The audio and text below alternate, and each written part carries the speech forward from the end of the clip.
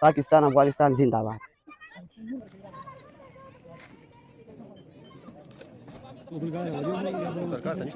السلام علیکم ناظرین، زه یم ستاسو میزبان سید زاهد جان.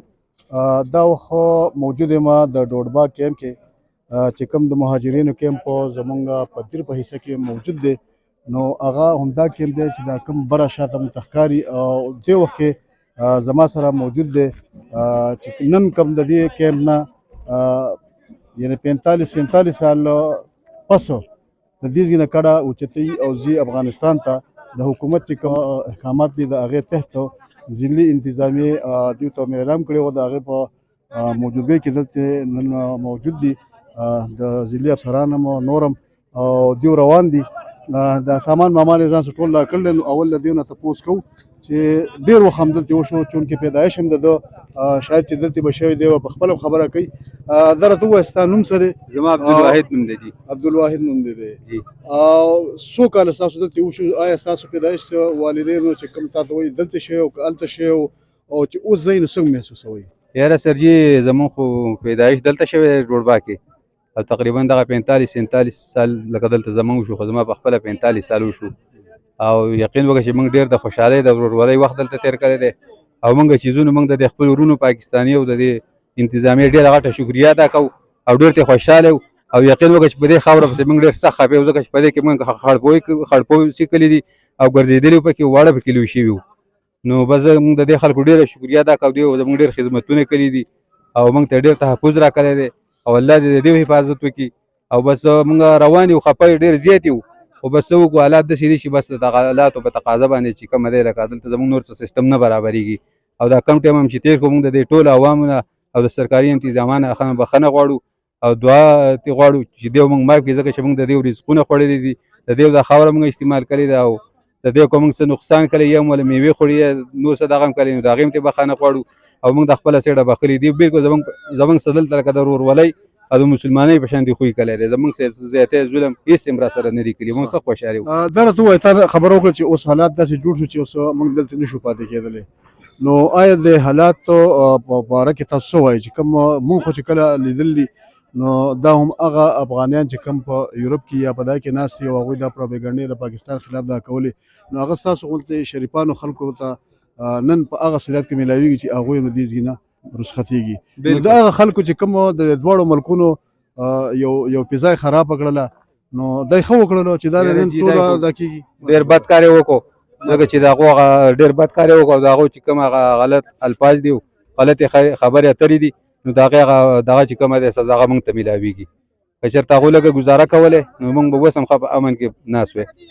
نو آیا هغوی چې کومې خبرې کولې چې یاره پاکستان کې دوی سره دومره ظلمونه کېږي یا دا کېږي، هغه صحیح وه؟ نه ده صحیح دي، دلته زموږ سره ظلم نه ده شوی، موږ سره هر وخت کې انصاف شوی دی. موجود دی دلته حبیب الله خان چې د دې ځمکې او دا کوم کیمپونه چې په دې باندې وو، نو دا د دوی ځمکه ده مشترکه، او د دوی نه تپوس کوو چې نن دا کوم ملګري یا د افغان مهاجرین چې ورته موږ وایو دوی روانېږي، نو ډېر عمر ستاسو په دې ځمکه باندې کېناستلو، ووایه چې دې خلکو څه قسم وخت دلته پاس کړی او تاسو څنګه محسوسوئ؟ دا خو ډېر ښه خلک وو، ډېر ښه ټایم پاس کړی وو زموږ سره، ښه خدمت یې هم زموږ کړی، منډه تړلی یم، الله خلک وو، بد خلک وو نه. مطلب چې نن ځینو خفګان پسې دی، نو خفګي وو پسې خامخا. 40-45 کاله شوي، غټ عمر دی، ډېر عمر دی.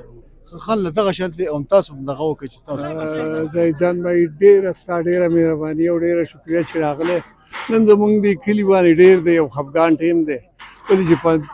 40 کاله یا 45 کاله د خلکو دلته وشو، هغه خو د دې چهرو نه د هغه د کلي خلک دي او که د افغانیان وروڼه دي، بهرحال دی خو روان دي خپل ملک ته او هلته به لاړ شي، خو په دې کلي کې که هغه دیرې وې که جوماتونه دوی ته ډېر هر څه لکه سهولت چې دی نو هغه دوی ته مونږ چې څه وس وو هغه هم کړی دی، او دومره پورې شوی زه به ته یو معمولي شان واقعه ووایم. د ما نیکه و ګل بادشاه خان او امریکې یو ټیم راغلی او دوی دپاره یې مخبره اخسته، هغه ته چې مونږ بوتلو هغه وایي چې زه د قبر پیسې نه الم، او دا یا 200 یا 500 هر څومره کسان چې وړو شو په دې هدیرو کې پراته دي نو موږ پسې نن ډېر خفه یو او بهرحال هغه وس خو زموږ نشته چې یاره دیو دغه وکړو او خدای دې ښه ساتي چې کوم ځای ته ځي او موږ هم بخلي دي او موږ ته دې هم بخانې کوي. زه تاسو لږ ورته په دې اخري دا کې درته ښیم چې دې وخت کې دا چې کوم ټرکونه ډکېږي سامان ورته اوس هم را روان دی دیو هغه خپل کورونه چې کوم دلته وو هغه وران کړل او دا لرګي او هر څه چې کوم دا کېږي نو دا لوډینګ روان دی او د دې نه پس چې کله دیو دا لوډ کړي نو باقاعده به د دې ځای نه بیا دیو رخصتېږي او ښه خبره دا ده چې د دې ځای مقامي خلک هم په دې پسې خفه دي او دیو چې کوم کبي کډې نن روانې دي نو هغه هم دا محسوسوي چې موږ دلته ټول عمر بچپن شوی دی خاپوړی مو ورته دلته کړي دي او په دې ځمکه پسې موږ ډېر زیات خفه یو نو غواړو دا چې یاره کم سے کم دا دواړه مسلمانان ملکونه وو او خپل عوامو سره په دې حالت کې د یو بل سره ډېر زیات څنګه چې مخکې مرسته کړې وه هغه شان بیا هم وکړي نو دا توفیق د خدای زمونږ حکمرانانو ته هم ورکړي او عوامو ته هم ورکړي چې دواړه طرفه د خیر او د ښېګړې کارونه نور مزید وکړي. مونږ د لوډ با اوسېدونکی یم دلته مونږ د حکومت ټایم راکړی 2 ورځې او مونږ سکولونو ته تلو ښه په خوشحالۍ باندې هسپتالونو هر څه مونږ ښه په اتفاق سره او حکومت زمونږ د حکومت شکریا مونږ د حکومت شکریا ادا کوو چې مونږ له ښه ټایم راکړو مونږ له ټرکونه راکړی مونږ کېدای شي لاړ شو 2 ورځو کې او چې دلته مې اووم کې وو هلته به د اتم داخله الو انشاءالله او چې ډېر به خفه یو ځکه چې پیدا شم دلته شوی دی 47 سال زموږ دلته وشو او مونږ د پاکستان د حکومت ډېره شکریا ادا کوو ولې نه پاتې کېږو چې زموږ مشرانو کېدای شي دلته مونږ له ټایم نه راکړی که نه مونږ خو خوشحالېږو چې دلته پاتې شو. پاکستان افغانستان زنده باد.